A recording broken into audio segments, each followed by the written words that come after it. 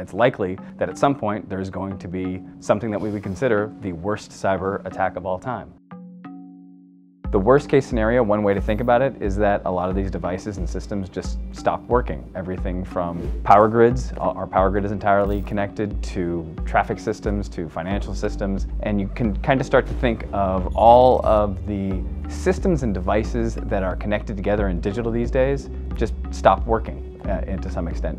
Businesses will stop functioning, infrastructure could stop working, and it's really kind of the worst natural disaster that you could ever possibly imagine. The problem is that all of these systems, as more and more things get digital, we've seen hospitals in the US that have been hit by ransomware that stopped being able to process patients. Think about in a couple of years when most of the trucks on the road that deliver goods across the US are going to be completely automated. They're going to be controlled by self-driving cars and GPS. So imagine if the GPS network goes down, or some method of connectivity between these trucks and how they navigate and deliver goods, and that goes down, and suddenly the infrastructure of the country stops working. As more and more of these systems are connected, they're more exposed to attack. But they're not actually the ones that are the most exposed. The ones that are the most exposed are the systems that provide the most convenience and that are the newest. In my house, I've got a smart thermostat and a smart garage door opener and smart lights, and I've got smart speakers, some of which are listening to everything that I say. Imagine a cyber attack where every Amazon Alexa was recording everything that everybody was saying and sending all that data somewhere that only the attacker got. It's sending it to somebody besides Amazon. 15 billion devices now in the Internet of Things, and in a couple of years it'll be 30, and a couple of years after that it'll be about 60. What that illustrates is just how much of our lives is going to be connected to a global network. And that means think about everything in your life that's now exposed to potentially a cyber attack. I think one of the worst case scenarios for a large-scale global cyber attack isn't going in and stealing some information or stopping something from working. It's changing information in some way. For instance, what if somebody got in and changed the results of an election or changed the behavior of how people vote? 70% of all data breaches today take months or years to discover. So most companies and organizations that get breached, even really major breaches, have no idea that it happened for months or potentially even years. Because a really smart adversary doesn't want you to know that they're there, right? What's the point of screaming and yelling and breaking things if your goal is to either exfiltrate something valuable or change things in ways that benefit you?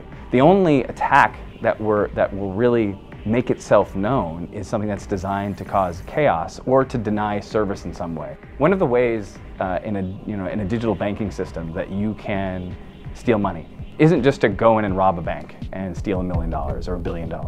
It's to take a fraction of a percentage of a cent of every transaction. And in a world of high-frequency trading, there are billions and billions and billions of transactions that happen every single second. Now imagine if you could just take a fraction of a penny of every one of those. Suddenly you're a multi-millionaire and nobody might be the wiser. The impact of a large-scale cyber attack might not be something like our water system or our power grid or our financial system being shut down. It just might be an advanced actor slowly guiding us in ways that we don't really understand or don't really realize at the time. And I think that's one of the big dangers of a completely digital society. I think everybody thinks about the worst case scenario for a cyber attack is a rogue nation state, right? North Korea decides to take down our power grid, right? But the problem with thinking that way is that it doesn't take North Korea, it doesn't take a nation state to be that advanced these days. Attackers and the threats are evolving so fast. A lot of the malware that we're talking about, a lot of the really advanced stuff, is available to anybody who wants it. Anybody with some basic skills. You take a few weeks, a couple of months, learn about information systems, and suddenly you've got access to weaponized malware from the CIA that was leaked last year. Many years ago, the US government launched a cyber attack against Iran, trying to shut down their nuclear reactors. And they created a virus to do it that was supposed to shut down machinery inside these nuclear reactors to prevent Iran from potentially getting nuclear weapons. It was supposed to break those centrifuges, but it was so well designed, or poorly designed, that it spread beyond those centrifuges and it ended up being a global cyber attack, right? It's like I developed a virus that was designed to go, make a couple of scientists sick, and then suddenly it made everybody sick.